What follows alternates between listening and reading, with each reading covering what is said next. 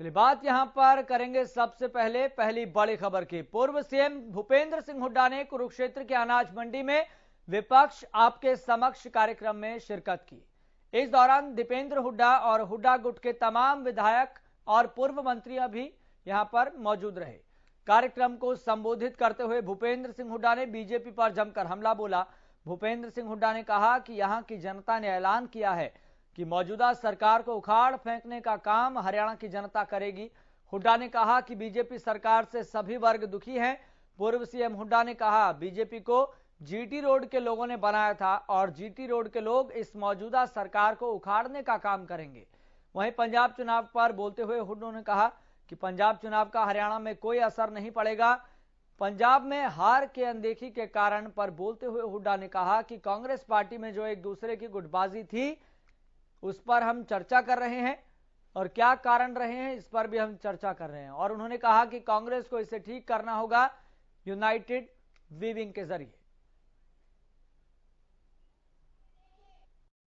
ये ऐसा है, कल से मैं यहाँ पर हूँ। सभी वर्गों ने अपनी अपनी समस्या बताई।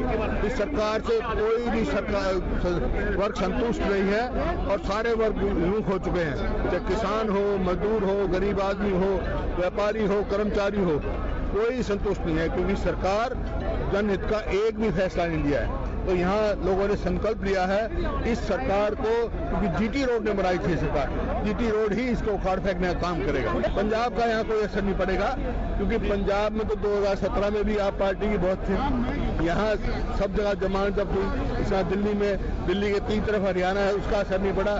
सबकी अपनी अपनी अलग अलग परिस्थितियाँ होती है। हरियाणा की अपनी परिस्थिति है। हरियाणा में लोग मन बना चुके हैं, इनको उखाड़ेंगे और कांग्रेस की सरकार। तो पूर्व सीएम भूपेंद्र सिंह हुड्डा ने कुरुक्षेत्र के अनाज मंडी में विपक्ष आपके समक्ष कार्यक्रम में शिरकत की थी और शिरकत करने के बाद संबोधित करने के बाद पत्रकारों से बातचीत करते हुए भूपेंद्र सिंह हुड्डा ने कई मसलों को उठाया और ये कहा कि पंजाब के चुनावी नतीजों का असर हरियाणा की राजनीति पर नहीं पड़ेगा। इस खबर पर ज्यादा जानकारी के साथ मेरे सहयोगी विनोद खुंगर जुड़ गए हैं। विनोद, फिलहाल किन किन मसलों को लेकर भूपेंद्र सिंह हुड्डा ने अपनी बात रखी और फिलहाल वहां पर क्या स्थिति देखने को मिली थी? जी बिल्कुल, ये अपने आप एक महत्वपूर्ण कार्यक्रम था जो भूपेंद्र सिंह हुड्डा द्वारा कुरुक्षेत्र की धरती पर किया गया था। क्योंकि कुरुक्षेत्र की धरती को धर्मनगरी के साथ साथ महाभारत की युद्ध स्थली भी कहा जाता है और देश की राजनीति में भी कहीं ना कहीं यहाँ से शुरू की गई शुरुआत कहीं ना कहीं दूर तक परिणाम देती है। आज जब भूपेंद्र सिंह हुड्डा कुरुक्षेत्र में विपक्ष आपके समक्ष कार्यक्रम में पहुंचे तो उन्होंने पत्रकारों से जवाब में कहा कि जो पंजाब में कांग्रेस की हार हुई है वो कहीं ना कहीं गुटबंदी, उन्होंने माना कि गुटबंदी कहीं ना कहीं है जो हार का कारण पड़ी है। और ऐसे में यानी कि भूपेंद्र सिंह हुड्डा ने कोई संकेत दिए कि जो पार्टी हाईकमान को कि जो इसके बारे में कुछ सोचना होगा, इसको करना होगा।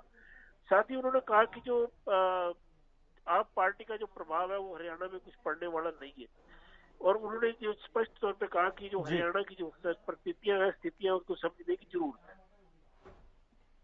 विनोद, अगर बात करें हम अपने लेवल पर भी ऑब्जर्व कर रहे हैं कि चाहे पोस्टर की बात हो, चाहे विपक्ष आपके समक्ष कार्यक्रम की बात हो, उसमें कुमारी शैलजा की फोटो कहीं पर नजर नहीं आती। इसके पीछे कोई कांग्रेस की तरफ से दलील दी गई हो, तर्क दी गई हो? जी मैं आपको बताना चाहूंगा क्योंकि जिस प्रकार उन्होंने खुद बात कही, जो गुटबंदी की बात की, इस पर सवाल पूछा भी गया तो उन्होंने माना कि जो पंजाब में जो गुटबंदी का कहीं ना कहीं हार का कारण बना है और वो संकेत हरियाणा में भी है कहीं ना कहीं। परंतु क्योंकि जो कुमारी शैलजा और इनके बीच में जो दूरी है पिछले कई लंबे समय से चल रही है और ये पहला कार्यक्रम नहीं है, इससे पहले भी जो कार्यक्रम हुए हैं, जो चाहे आप चंडीगढ़ में भी देखते होंगे, वो शैलजा और इनके बीच में जो दूरियां बनी हुई है, ये आने वाले समय में भी इसका प्रभाव देखने को मिलेगा।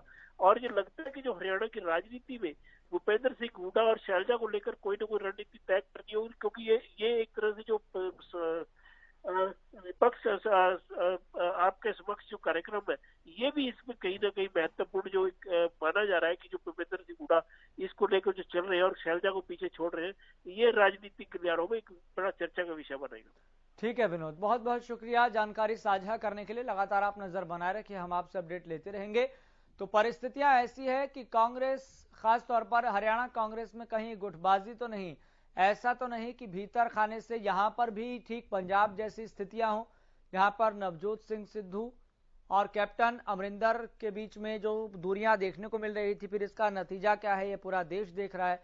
कहीं ऐसा तो नहीं कि हरियाणा में भी इस तरह की गुटबाजी चल रही हो और इस तरह का खामियाजा आगामी चुनावों में कांग्रेस को भुगतना पड़े।